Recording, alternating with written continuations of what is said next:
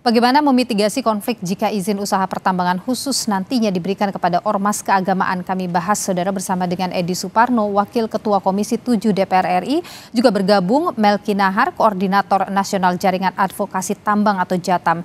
Kami saudara juga sudah menghubungi Menteri Investasi Kepala BKPM Bahlil Lahadalia, tapi sampai dengan saat ini kami bersiaran live, beliau belum mengonfirmasi kehadirannya. Saya sapa dulu Bang Edi dan juga Bang Melki, selamat malam, sehat selalu. Selamat malam, Nilu. Malam, Bang Melki. Saya ingin ke Bang Edi dulu ini, bicara soal peraturan pemerintah nomor 25 tahun 2024 ini. Kalau kita bicara PP, seharusnya kan tidak lebih tinggi ya dari undang-undang, karena kita punya undang-undang nomor 3 tahun 2020 tentang minerba. Apakah DPR tidak melihat ada perbedaan prioritas begitu dalam pemberian izin usaha pertambangan khusus antara undang-undang minerba dengan PP yang baru dikeluarkan oleh pemerintah? Saya kira di dalam Undang-Undang nomor 3 tahun 2020 yang saya juga ikut dalam perumusan undang-undang itu, memang kita susun bahwa prioritas diberikan kepada BUMN, BUMD, dan kepada swasta juga diberikan melalui lelang. Tetapi memang sekarang terjadi pengerucutan sebagai bagian dari affirmative policy pemerintah untuk memberdayakan ormas, agar diberikan kesempatan bagi ormas untuk bisa memperoleh izin usaha penambangan dalam hal ini. Dan ini dibatasi adalah izin usaha penambangan ex PKP 2B dari batubara. Nah, itu bisa dilaksanakan oleh ormas keagamaan. Tetapi persyaratan untuk memperolehnya itu tidak ada bedanya dengan persyaratan yang dikenakan juga untuk BUMN, untuk BUMD, dan siapapun yang ini mendapatkan izin usaha penambangan tersebut. Jadi dari aspek persyaratan itu tetap sama. Dari aspek legalitas itu memang diperbolehkan peraturan pemerintah sebagai peraturan turunan dari Undang-Undang nomor 3 tahun 2020 untuk memberikan kewenangan bagi ormas untuk dapat melaksanakan kegiatan penambangan. Tetapi perlu saya tekankan di sini bahwa dengan adanya PP yang sudah dikeluarkan tersebut bukan berarti bahwa ini kita sekarang akan memudahkan untuk diberikannya izin usaha penambangan khusus untuk ormas. Karena persyaratan diikuti itu juga tidak mudah.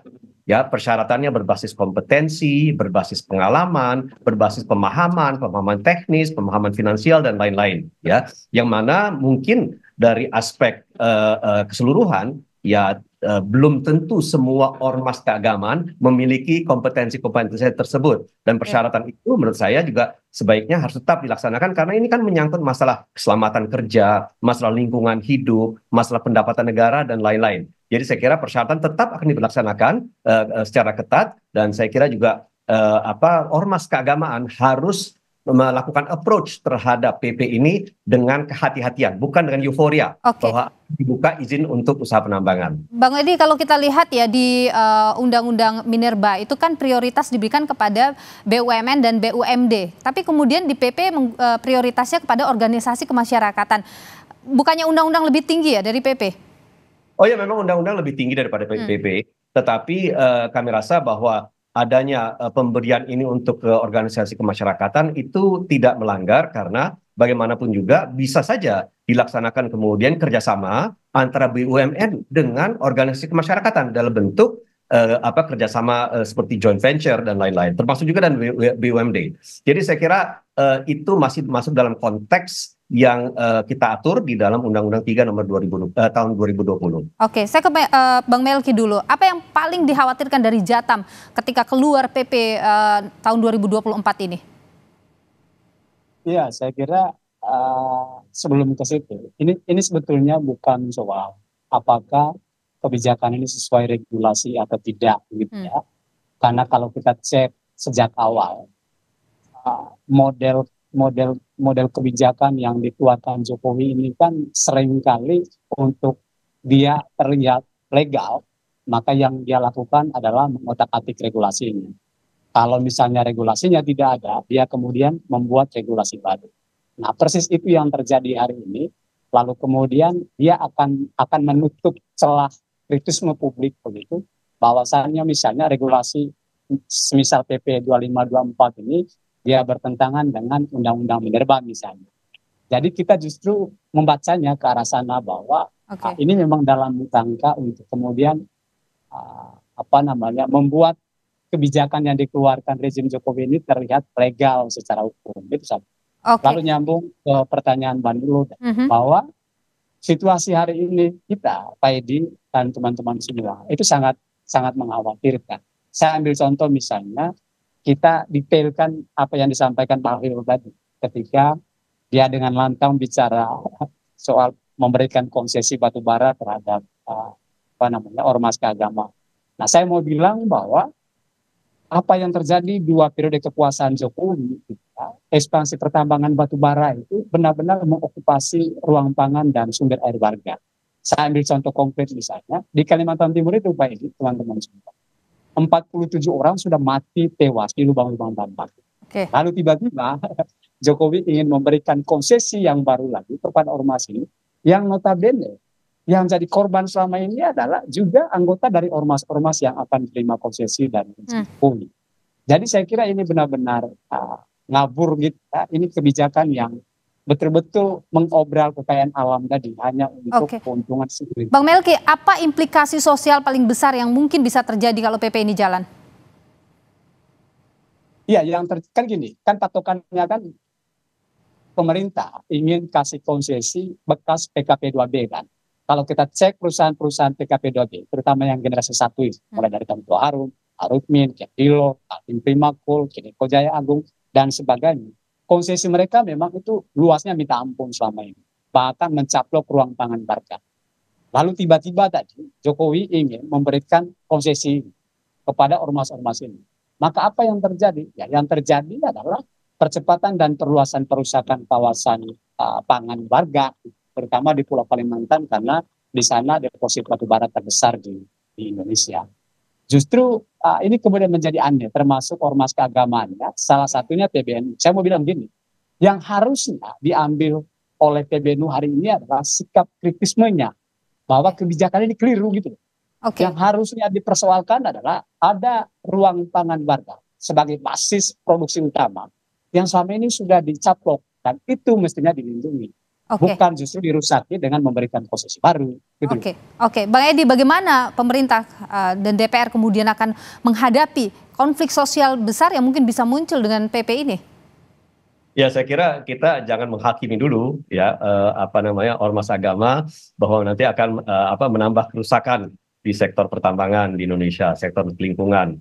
Ya, karena bagaimanapun juga yang tadi saya sampaikan, persyaratan untuk mendapatkan izin usaha penambangan itu berlaku seragam untuk semua pihak, ya, dan persyaratan itu bukan persyaratan yang mudah untuk didapatkan karena harus melalui sebuah proses dan memenuhi persyaratan yang saya sampaikan.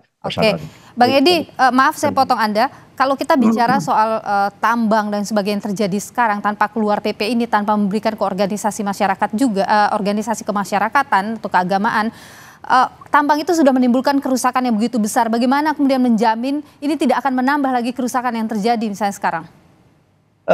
Ada begini, kalau kita bicara tambang ya secara keseluruhan, memang tidak bisa kita pungkiri pada saat proses penambangan dilaksanakan itu akan terjadi penggalian yang besar-besaran dan akan dilakukan ekstraksi terhadap mineral dan tambang itu dari bumi, otomatis akan terjadi proses itu. Tetapi kan kita harus menjaga bahwa permasalahan lingkungan yang sudah diatur di dalam AMDAL itu tetap ditaati. Kedua, ya, kita kan selalu melihat bahwa seluruh perusahaan tambang itu harus memiliki jaminan reklamasi. Bahwa nanti tambang itu pas penambangan itu harus direklamasi, harus dihijaukan kembali. Nah, jadi saya kira kalau kita bicara masalah rehabilitasi tambang, itu juga sudah banyak kasus-kasus yang berhasil ya direklamasi secara baik. Memang ada beberapa tambang-tambang yang nakal, ya saat ini terutama mereka yang saat ini melaksanakan penambangan ilegal itu yang menyumbang pada kerusakan lingkungan yang besar. Tetapi pertama khususnya mereka yang saat ini sudah tercatat di Bursa Efek, sudah memiliki pemegang saham asing dan lain-lain, itu sangat ketat pengawasannya. Kalau misalnya organisasi kemasyarakatan ikut dalam dapat izin tambang ini, kan mereka harus membuat satu perusahaan atau bekerja sama dengan perusahaan swasta atau membangun perusahaan swasta yang khusus tambang. Apakah DPR tidak melihat ada potensi korupsi baru, potensi main mata baru begitu? di sini? Ya, ya, memang kita lihat bahwa di dalam PP itu juga sudah diatur bahwa PKP 2B yang kemudian diberikan izinnya itu tidak boleh melibatkan pemegang saham yang lama. Ya, atau lingkaran pemegang saham yang lama. Jadi harus dikerjasamakan dengan pihak yang memang betul-betul baru di sini. Nah, oleh karena itu satu kong kali kong dengan pengusaha lama itu bisa kita hindarkan. Tetapi kembali lagi kita juga harus mengawasi, dan ini saya kira merupakan bagian dari pengawasan DPR ke depannya. Jangan sampai nanti ormas ini hanya menjadi kendaraan tumpangan. Nah, itu yang dikhawatirkan. Perusahaan-perusahaan besar yang selama ini sudah menguasai sektor pertambangan ingin menambah lagi ya ruang pertambangan mereka melalui ormas itu. Nah, ini yang akan kita awasi nanti di DPR. Bagaimana menjamin pengawasan itu akan berjalan dengan baik? Toh selama ini juga main mata banyak terjadi. Percayalah, kami kalau melakukan pengawasan itu kami melakukan pengawasan yang sangat ketat, bahkan berbagai panja yang kami laksanakan juga menghasilkan hasil yang dilaksanakan kemudian oleh Kementerian SDM dan mitra-mitra kami di Komisi 7. Dan saya rasa ke depannya akan lebih mudah untuk melakukan pengawasan terhadap ormas, karena memang kita sudah tahu bahwa pemilikan daripada pelaku usaha ini adalah pemilikan antara ormas dengan sektor swasta, sehingga kita bisa mengawasi secara efektif. Bung Melki, tanggapan Anda? Ya, ini bukan soal legal atau ilegal gitu ya, juga soal apakah akan diawasi secara ketat atau enggak.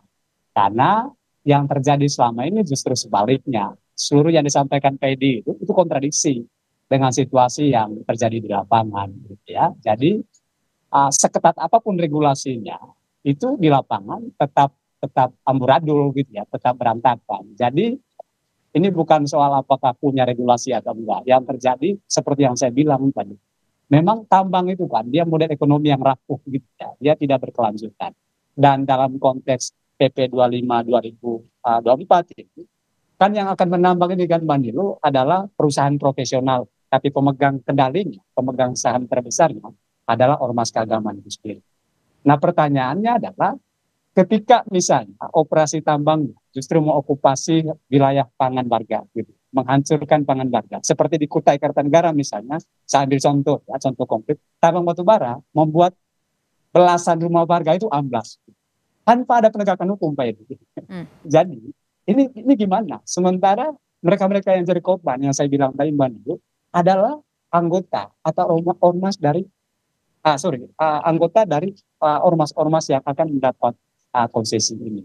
Jadi situasinya memang sangat-sangat rumit di lapangan. Makanya saya bilang tadi, kalau misalnya ormas keagamaan ini memang mau mendorong perekonomian, mengapa tidak ke sektor yang lebih berkelanjutan, yang bisa menjamin masa depan bagi umat, gitu. Ketimbang dia harus masuk pada sektor pertambangan, yang notabene dia sangat destruktif, gitu loh, dan penuh kekerasan. Ini gimana? Bung Edi, dijawab singkat saja Bung Edi, kita terbatas waktu.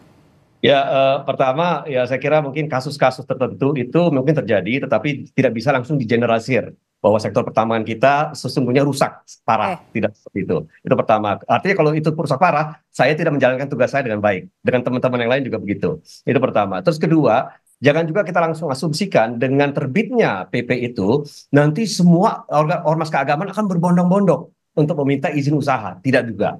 Karena kemudian satu, mungkin mereka tidak tertarik, tidak memiliki kemampuan, tidak memiliki kompetensi. Jadi saya kira kita lihat saja perkembangannya, tetapi yang penting dari DPR, kami memastikan bahwa pengawasan kita terhadap ormas keagamaan tentu akan sangat ketat, karena itu adalah tokoh-tokoh panutan masyarakat yang ada di ormas keagamaan. Baik, terima kasih Bung Edi Suparno, Wakil Ketua Komisi 7 DPR RI. Terima kasih juga Bung Melki Dahar, Koordinator Nasional Jaringan Advokasi Tambang atau JATAM, sudah berbagi pandangan di Sapa Indonesia. Malam sehat selalu Bapak-Bapak.